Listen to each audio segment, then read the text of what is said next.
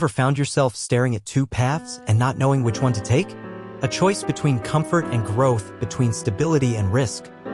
A decision that keeps you awake at night. That, my friend, is a dilemma. And if you're in one right now, I want you to know you are not stuck. You are standing at a threshold. And what you do next can change everything. Today, I'll walk you through a simple but powerful method to make the right decision even when it feels impossible. Are you ready to learn? Let's begin. Step 1. Define the real problem. Most people stay stuck because they don't clearly define the dilemma. They're swimming in emotions without naming the actual choice. So here's your first task. Put it in one sentence. Not a paragraph. Not a page. Just one sentence. For example, should I leave my job for a riskier startup with more growth? That clarity is your starting point. You can't solve what you haven't defined. Step 2. Lay out the landscape. Next, get it all out on paper. Create multiple columns, one for each option.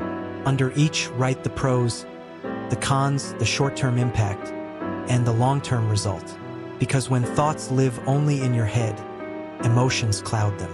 But when they're written down, truth begins to emerge. Emotion lives in your head. Wisdom lives on paper. Step 3. Anchor to your values, not emotions. It's tempting to choose what feels good in the moment, but emotions are loud and often misleading. Instead, ask, which option aligns with who I want to become? Which path honors my values, freedom, stability, creativity, growth? And here's a powerful one.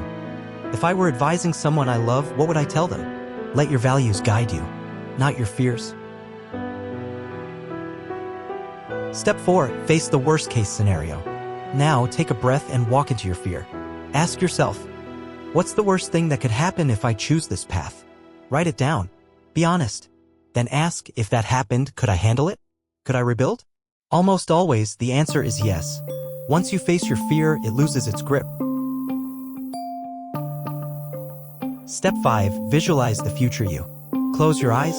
Walk down each path in your imagination. 6 months. 1 year. 5 years.